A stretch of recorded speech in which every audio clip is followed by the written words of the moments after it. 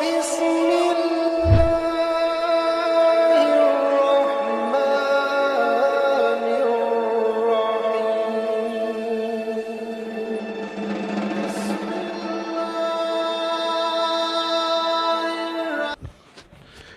السلام علیکم دوستو، اعجاز الدین چشتی یوٹیوب چینل میں ایک بار پھر آپ سب کو خوش آمدید۔ دوستو، آج کی ہماری ویڈیو کا موضوع گفتگو اصحاب کہف کا واقعہ ہے۔ اصحاب کہف کون تھے، اتنے سال تک سوتے رہے اور کس طرح اٹھ جاگے اور پھر کہاں چلے گئے۔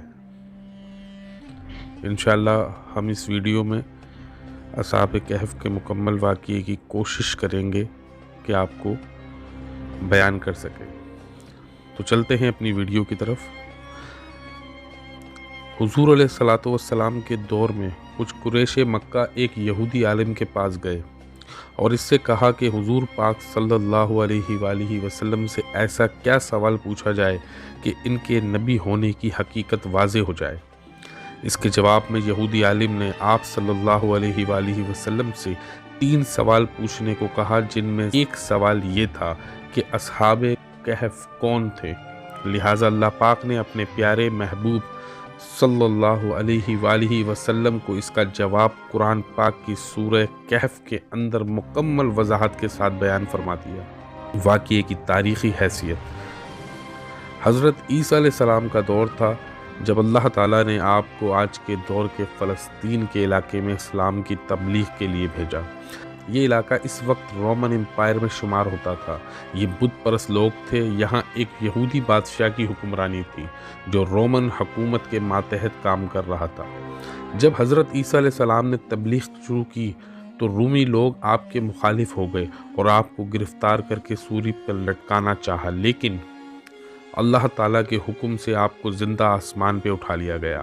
اس واقعے کے کچھ عرصہ بعد یہودی لوگوں نے رومی حکومت کے خلاف بغاوت کر دی، لہٰذا اس کے رد عمل میں انکا ہوکر ٹریٹرس نامی رومی بادشاہ نے یروشلم اور فلسطین پر حملہ کر کے بالکل تباہ کر دیا، حتیٰ کہ بیت المقدس کو بھی تباہ کر دیا۔ اس دوران اس نے 1.5 لاکھ یہودیوں کو قتل کر دیا۔ جو بچے کچھ یہودی یہاں رہ گئے تھے وہ جان بچا کر فلسطین سے نکل گئے، مگر جو حضرت عیسیٰ علیہ السلام کے ماننے والے اور ان کی تعلیمات کے پیروکار تھے، صرف وہی فلسطین میں موجود رہ گئے، جو کہ رومی تھا اور بت پرست تھا۔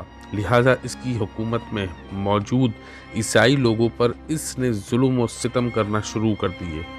ایک دن حضرت عیسیٰ علیہ السلام کے چند ماننے والے حواریوں کو اس نے اپنے دربار میں بلوایا اور ان سے کہا، میں تمہیں چند دنوں کی مہلت دیتا ہوں، تم اپنے نئے دین یعنی عیسائیت سے باز آ جاؤ، ورنہ میں تمہیں قتل کر دوں گا۔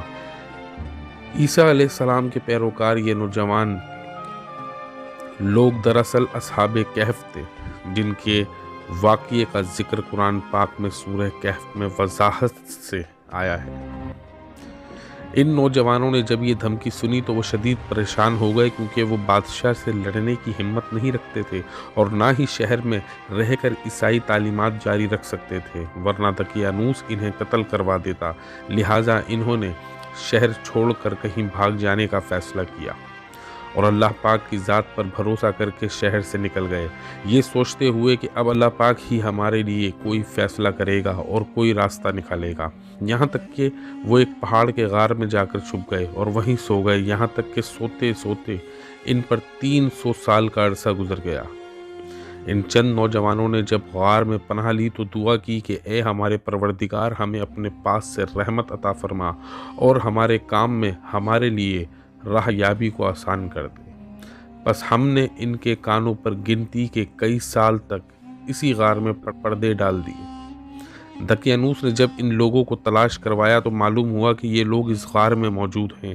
اسے بہت غصہ آیا اور حکم دیا کہ غار کو ایک مضبوط دیوار سے بند کر دیا جائے تاکہ یہ لوگ اندر ہی مر جائیں۔ بادشاہ نے جس شخص کے ذمے یہ کام لگایا تھا وہ بہت ہی نیک اور ایماندار تھا۔ اس نے اصحاب کہف کے نام اور ان کی تعداد اور پورا واقعہ ایک تختی پر لکھوا کر لوہے کے صندوق میں رکھ کر دیواروں کی بنیادوں میں رکھ دیا۔ ایک تختی شاہی خزانے میں بھی رکھوا دی۔ اس 3 100 سال کے دوران دقیانوس بادشاہ مر گیا اور کئی بادشاہ اور حکومتیں آئیں اور چلی گئیں، یہاں تک کہ 300 عیسوی رومن امپائر نے بھی عیسائیت اختیار کر لی۔ 440 عیسوی میں بیدروس نامی عیسائی بادشاہ کی حکومت آئی، جو ایک نیک دل اور انصاف پسند بادشاہ تھا۔ اس نے 68 سال تک حکومت کی۔ اس کے دور میں مذہبی فرقہ پسندی جب عروج پر پہنچ گئی اور لوگوں میں مرنے کے بعد دوبارہ زندہ کیے جانے اور قیامت کا یقین ختم ہوتا جا رہا تھا، قوم کا یہ حال دیکھ کر بادشاہ بہت رنجیدہ ہوا اور اللہ سے دعا کی، اے اللہ، کچھ ایسی نشانی ظاہر فرما کہ میری قوم کے لوگوں کا ایمان پھر سے تازہ ہو جائے، انہیں قیامت، مرنے کے بعد دوبارہ زندہ کیے جانے اور ایک خدا کا یقین ہو جائے۔ اللہ تعالیٰ نے اس کی دعا قبول فرمائی۔ لہٰذا ایک روز ایک چرواہا اپنی بکریوں کو ٹھہرانے کے لیے اس غار کے پاس پہنچا۔ یہ وہی غار تھا جس میں اصحاب کہف موجود تھے۔ اس چرواہے نے چند لوگوں کے ساتھ مل کر اس دیوار کو گروا دیا۔ دیوار کے گرتے ہی لوگوں پر ایسی ہیبت، خوف طاری ہوا کہ سب گھبرا کر وہاں سے بھاگ گئے۔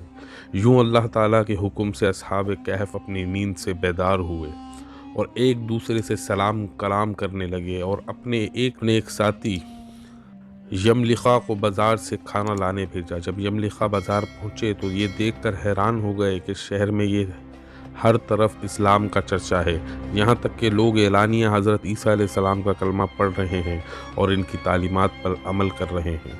اس کشمکش میں یملیخا نے کھانے کے عوض اپنے زمانے کے سکے دکاندار کو دیے۔ دکاندار نے جب یہ سکے دیکھے تو شک ہوا کہ شاید اس شخص کو پرانا خزانہ مل گیا ہے، لہٰذا اس نے یملیخا کو سپاہیوں کے سپرد کر دیا۔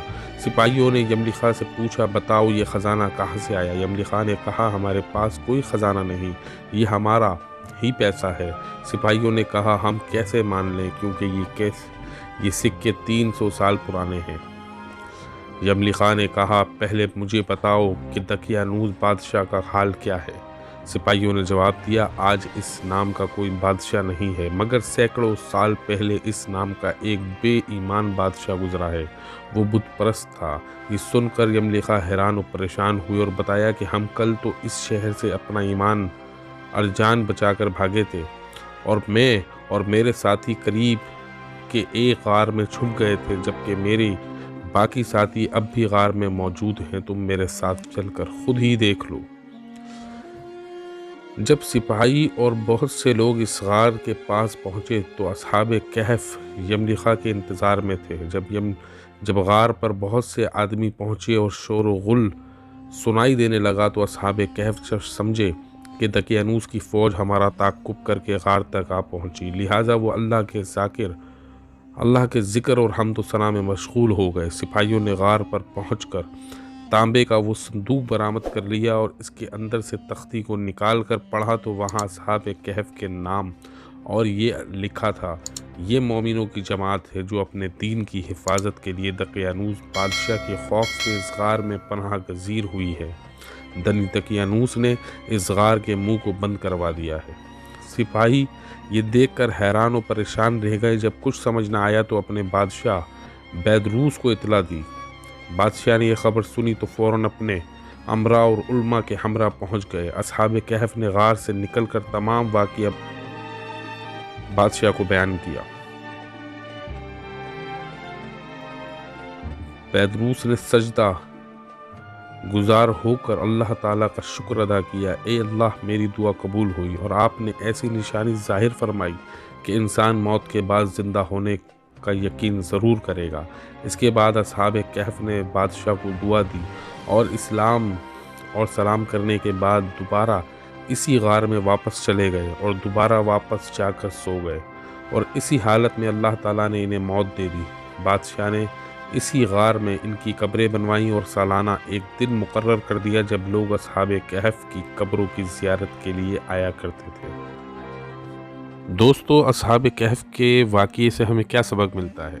اصحاب کہف کا واقعہ یہ ثابت کر رہا ہے کہ دنیا انسان کے لیے ایک امتحان گاہ ہے۔ قرآن چونکہ عمومی حساس مسائل کے لیے کئی مثالیں پیش کرتا ہے یا گزشتہ تاریخوں کے نمونے پیش کرتا ہے، تو اصحاب کہف کا واقعہ بھی نمونہ عمل کے طور پر پیش کیا گیا ہے۔ یہ چند بیدار فکر نوجوان تھے، وہ ایک مطمئن اور لا الہ الا اللہ پر مبنی زندگی گزارنے کے خواہاں تھے۔ انہوں نے اپنے عقیدے کی حفاظت اور اپنے زمانے کے طاغوت کے لیے ان سب نعمتوں کو ٹھوکر مار دی تھی اور ایک پہاڑ کے غار میں پناہ لی، وہ غار جس میں کچھ بھی نہ تھا۔ یہ عملی قدم اٹھا کر انہوں نے راہ ایمان میں اپنی استقامت ثابت کر دی۔ دوستو، اس واقعے سے کی وجہ یہ بھی ہے کہ جب بیدروس بادشاہ کے دور میں یہ فتنہ اٹھا کہ لوگ قیامت اور اللہ تعالیٰ مردوں کو قیامت کے دن دوبارہ زندہ کرے گا، جسے ایک دفعہ مارے گا اسے دوبارہ زندہ کرے گا، اس پر ایمان لوگوں کا اٹھ گیا، لوگ اس بات پر بحث کرنے لگے، تو اللہ تعالیٰ نے اصحاب کہف کا واقعہ پیش کیا اور لوگوں کو اصحاب کہف کو دیکھ کر یہ یقین ہو گیا کہ جب اللہ کسی کو 300 سال بعد سلا کر اٹھا سکتا ہے تو وہ کسی کو مار کر دوبارہ زندہ کیوں نہیں کرتا۔ اس طرح لوگوں کا ایمان قیامت پر اور مرنے کے بعد دوبارہ زندہ ہونے پر ہو گیا۔ دوستو، امید کرتا ہوں آج کی ویڈیو آپ کو پسند آئی ہوگی۔ اگر ویڈیو پسند آئی ہو تو ہماری ویڈیو کو لائک کر دیں، ہمارے چینل کو سبسکرائب کر دیں اور اپنے دوست احباب کے ساتھ ہماری ویڈیو کو شیئر ضرور کریں۔ دوستو، اس ویڈیو میں کوئی غلطی ہو گئی ہو تو اللہ تبارک و تعالی ہمیں معاف فرمائے۔ اگلی ویڈیو تک کے لیے اجازت دیجیے، چلتے ہیں، اپنی دعاؤں میں بہت یاد رکھیے گا۔ اللہ حافظ۔